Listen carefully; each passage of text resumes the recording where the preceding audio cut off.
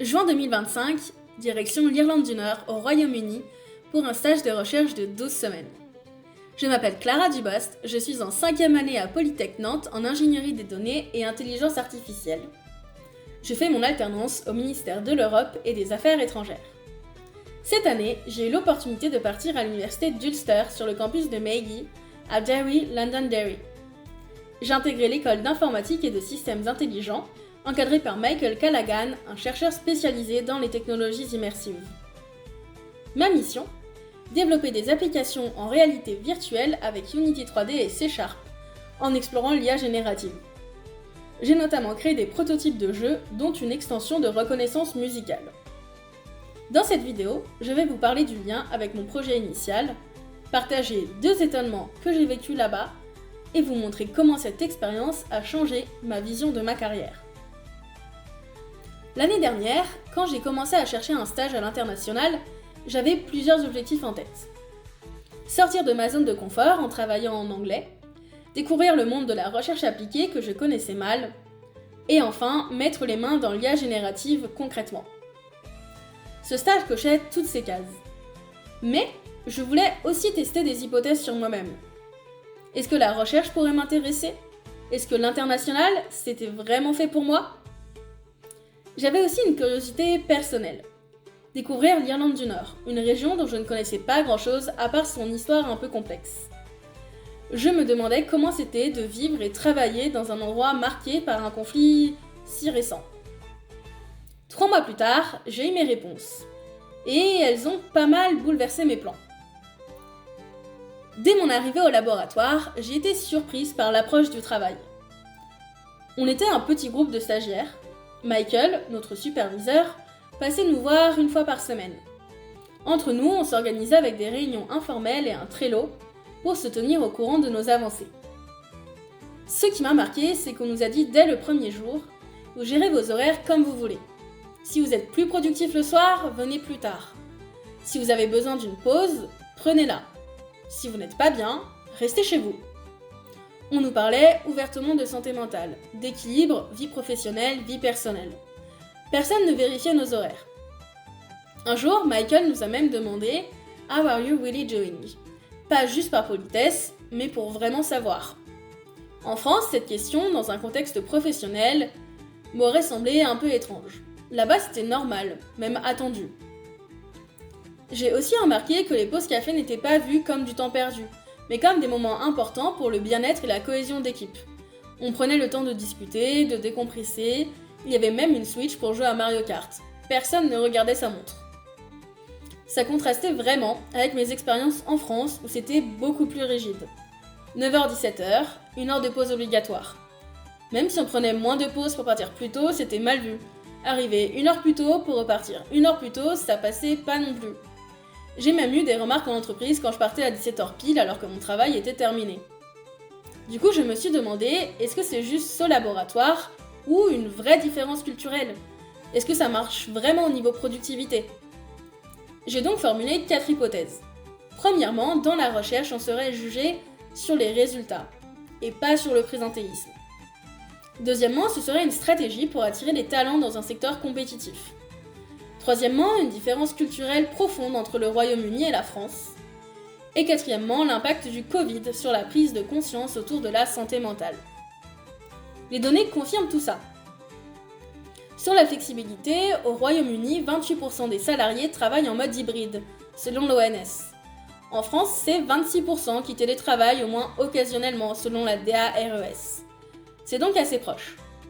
Mais, la vraie différence, c'est sur les horaires flexibles.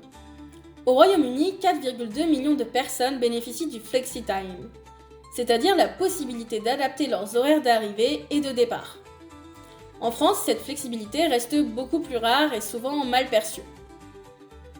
Sur la santé mentale, l'écart est plus frappant.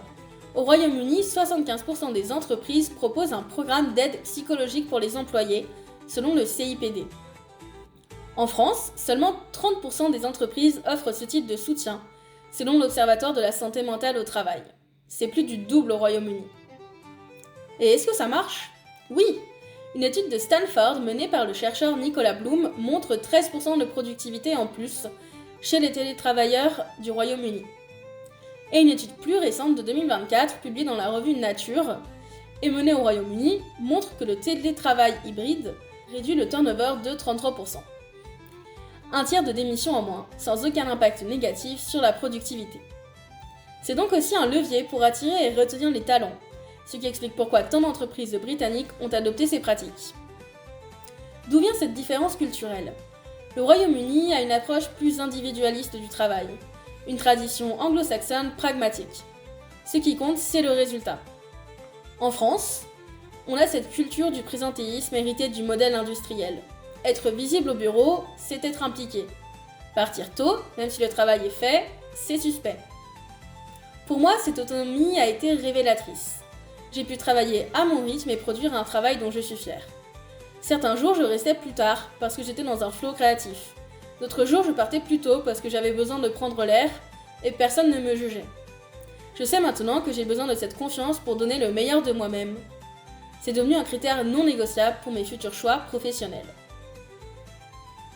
Mon deuxième étonnement, je l'ai vécu en découvrant Derry. En me promenant, j'ai été frappée par l'omniprésence de l'histoire. Des murales immenses représentant les troubles, un conflit qui a fait plus de 3500 morts entre 1968 et 1998. Des drapeaux britanniques dans certains quartiers, irlandais dans d'autres. Le Peace Badge symbolisant la réconciliation. Sur les panneaux routiers, Londonderry est souvent vandalisé avec London barré, parce que même le nom de la ville est politique. Les unionistes disent Londonderry, les nationalistes disent Derry. Certains disent Derry, Londonderry, pour rester neutre. Ce n'était pas du passé muséifié, c'était vivant, présent et parfois même clivant. Un moment m'a particulièrement marqué. Je prenais des photos près du mur You are now entering Derry quand un groupe de jeunes de mon âge m'a abordé. On a discuté et très vite ils m'ont parlé du conflit. Ça les touchait profondément alors qu'ils sont nés après les accords de paix. Ils m'ont dit qu'ils voulaient voir une Irlande réunifiée ou au moins que les tensions cessent. Ils étaient irlandais, fiers de l'être et aspiraient à la paix. Cette conversation m'a fait réaliser à quel point l'histoire ici n'est pas du passé.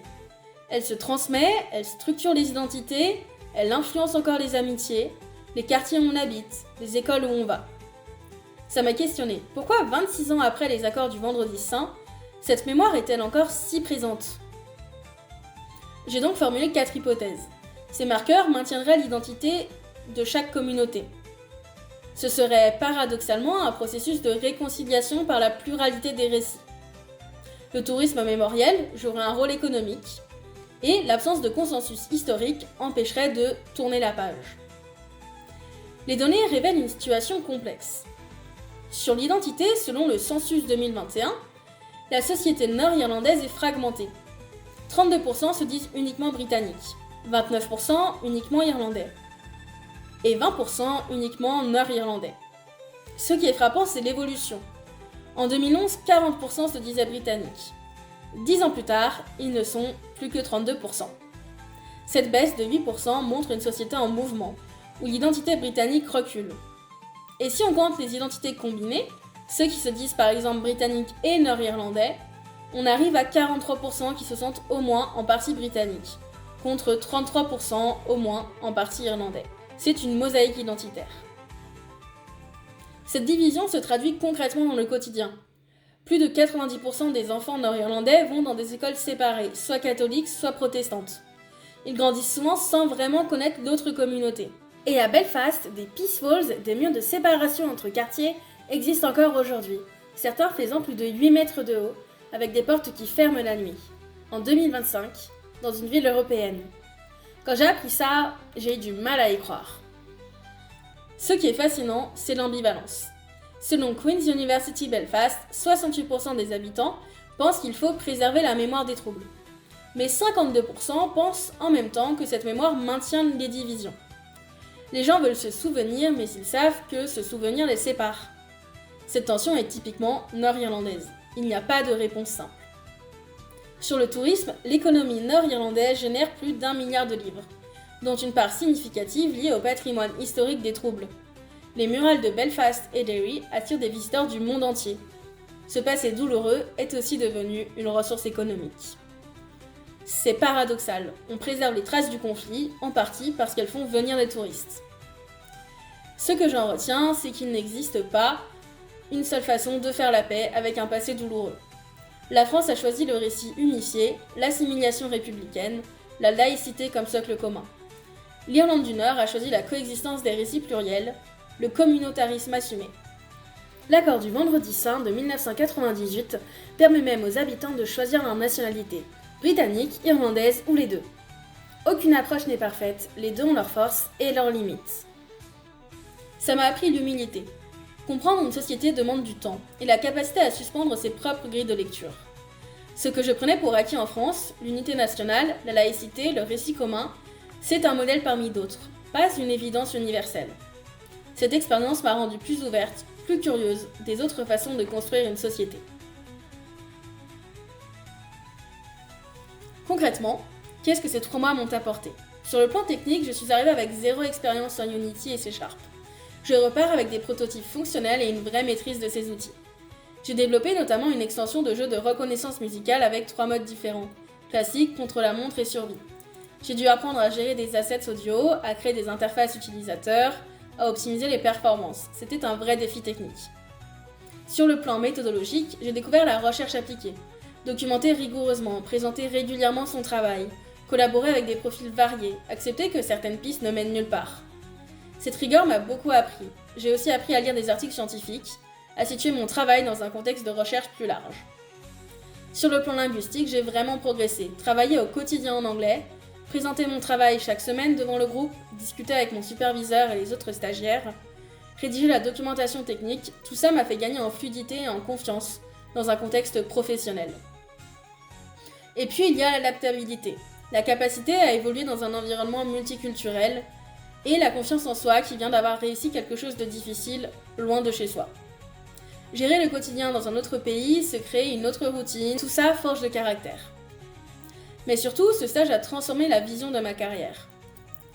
J'ai réalisé 4 choses importantes. D'abord, j'ai besoin d'une dimension internationale. Pas forcément vivre à l'étranger pendant des années, mais des missions ponctuelles, des équipes multiculturelles, des projets qui dépassent les frontières. Cette ouverture m'enrichit autant professionnellement que personnellement.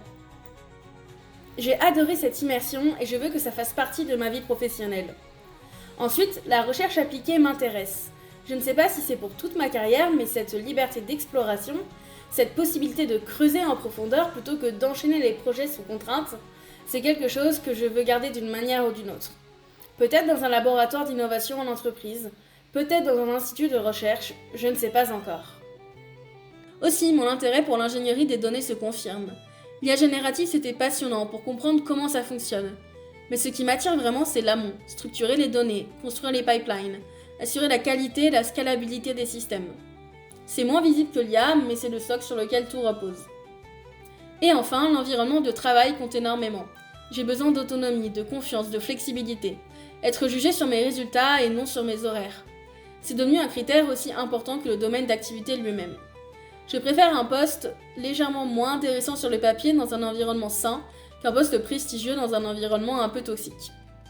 Ce stage m'a aidé à clarifier ce qui compte vraiment pour moi et m'a donné la confiance pour assumer ce que je veux faire de ma carrière. Pour conclure, ce stage a été plus qu'une expérience professionnelle de 3 mois. J'ai développé des compétences techniques en Unity, C# et autour de l'IA générative. J'ai découvert la recherche appliquée et sa rigueur. J'ai appris à travailler dans une autre langue et une autre culture. Et surtout, j'ai clarifié ma vision de carrière. Mais au-delà du professionnel, j'ai découvert une région fascinante, complexe, qui m'a fait réfléchir sur des questions que je ne me posais pas. Comment une société vit avec un passé douloureux ? Comment on construit une identité collective quand les récits divergent ? Comment on avance sans oublier ? Je repars avec des compétences, mais aussi avec une ouverture d'esprit, une capacité à voir les choses autrement, à remettre en question mes évidences. Merci à l'université d'Ulster, à Michael Callaghan pour son encadrement bienveillant, à l'IT2I Pays de la Loire et à Polytech Nantes pour son accompagnement tout au long de ce projet.